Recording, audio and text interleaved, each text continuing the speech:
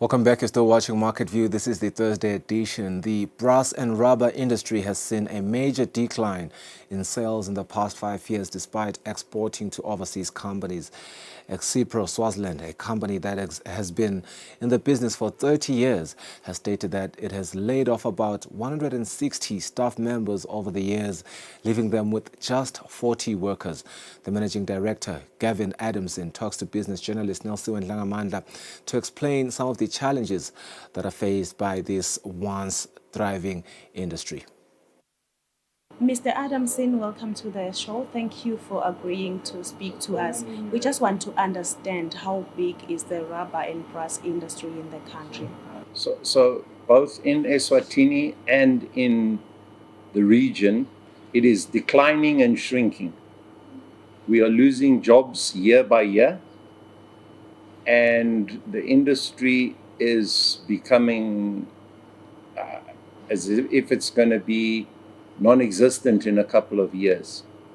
If all the statistics tell us that the manufacturing sector in our region should be contributing more to the GDP, but it's shrinking each year. So our personal story is we've shrunk hugely in the years we've been here.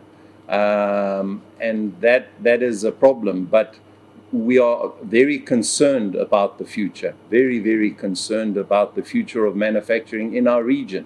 And we've traveled extensively in our region to neighboring countries, to the kingdom. And the problems are not unique to Eswatini. The problems are similar in South Africa and in Lesotho and in Botswana and in Zimbabwe and in Mozambique and in Angola and in Zambia, and it goes. So yes, it is a major concern that the sector is not progressing. I've talked to the problem. I've been involved with many different entities, and all of the entities that I talk to do not understand what a value chain is, and do not understand that if there is no factory producing a product in a given area, there's no jobs in that given area.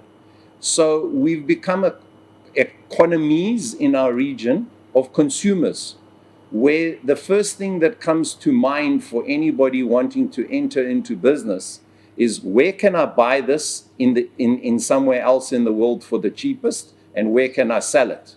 Not how can I make it locally. So we do not have that mindset, and that's the problem. So we've been manufacturing for 30 years. And I think the reason that our manufacturing of hardware items, and when I talk of hardware items, I know all the manufacturers in the kingdom. I know them pretty well, and I try and do exercises with all the manufacturers in the hardware sector. Manufacturing of food products is something different, but in the hardware sector, and all of us are facing the same problem: lack of support from the retailers. So the retailers in our space do not promote anything that is explaining the value chain. You are highlighting that this industry is shrinking, which is a very sad thing, especially now that the country is all about job creation. But I just want to understand if you have tried working with the Eswatini Investment Promotion Authority to help you with such challenges. So we must be careful not to criticize bodies that are trying to do something, because they get upset. But it is very, we do not understand how to pursue value chain. So yes, we work with the Eswatini Investment Promotion Authority, but the kingdom specifically is not proud of whether it is one product they produce or 5. You will not find easily in the country what is made inside this country. You can knock on doors high and low, left and right, all the statistics, all the EPAs, all the youth, it's very unknown. And so we are not starting from a base of knowing what we have in the basket and trying to grow it with a strategy. And I'm trying to get conversations going that understand what kind of manufacturing could be beneficial or applicable to Eswatini.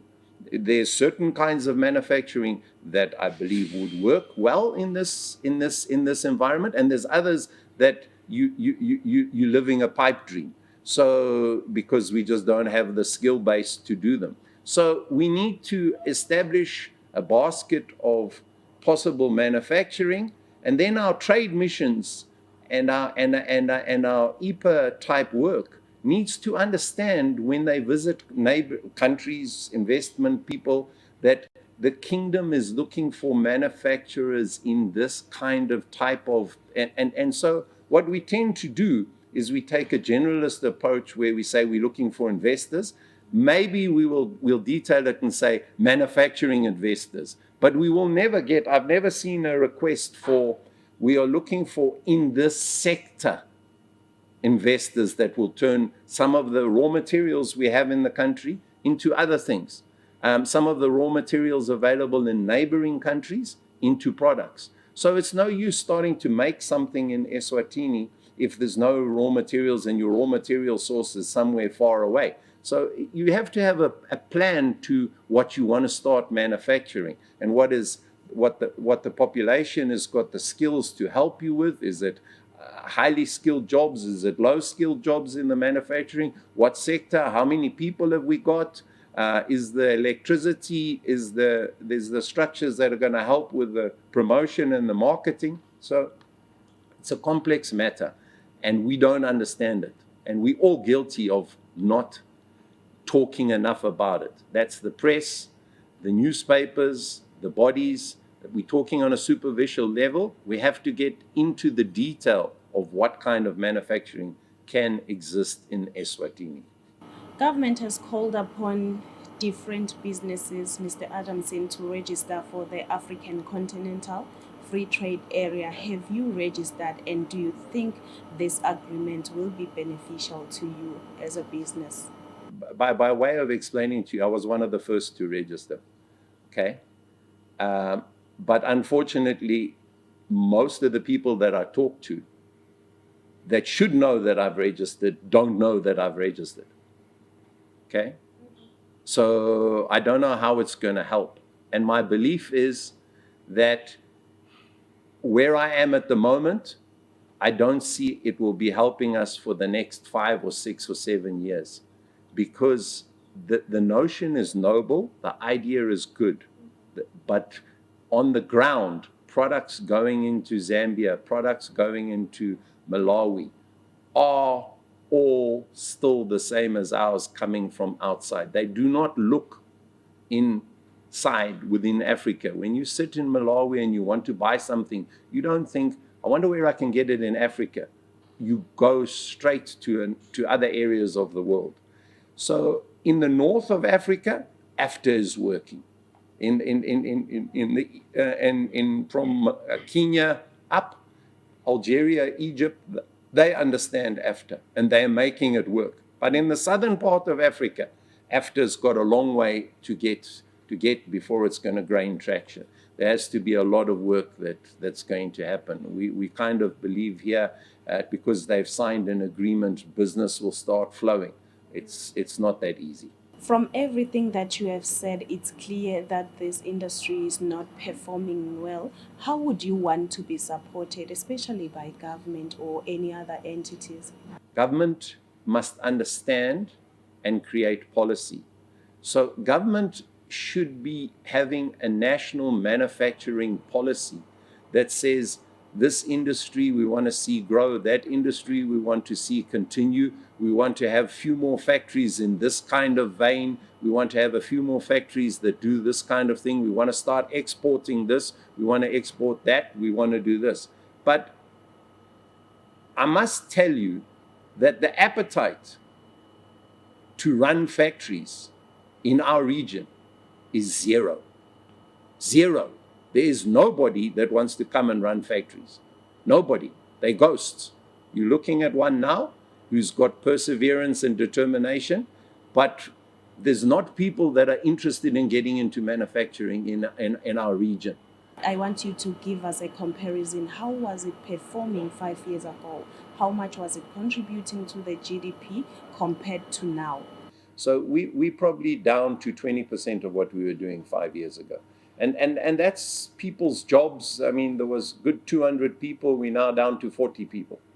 Okay, so the assets and the equipment is still here, the knowledge is still here, but we're not finding business. Okay, in the rubber factory, we're sort of hanging on, but in the business we were doing 5 years ago, we've had to diversify into other products to stay in the same place. So we haven't lost numbers of people. We were starting to lose turnover last year and the year before, but we've replaced it with some other product that we found a way to manufacture for somebody.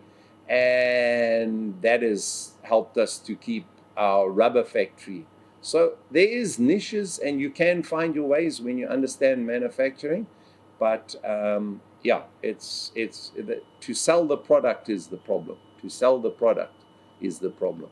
Unfortunately, Mr. Adamson, we've got 10 minutes on Enterprise Watch, but I promise you that this is not the last time you hear from us. We are going to come back just to find out how the business is performing, having talked to the Minister of Commerce, Industry and Trade, of course. And in line with that very same conversation, we contacted the Director of Micro, Small and Medium Enterprises at the Ministry of Commerce, Industry and Trade, Mluleki Dlamini, who promised that something will be done to resuscitate the brass and rubber industry in the country. As a ministry, we are also looking into assisting businesses expand also into the export market. We've seen one of our manufacturers, Exipro, who's also part of the exporters in the country. We are still going to visit that facility and see what challenges they are facing in terms of their domestic distribution and also export. We will be assisting them in every way possible to see that they increase their volumes there for export and also increase their domestic distribution as well, so that they continue to contribute to the economy of Eswatini and through providing jobs and also addressing issues of poverty and also development of skills within this industry. Thank you.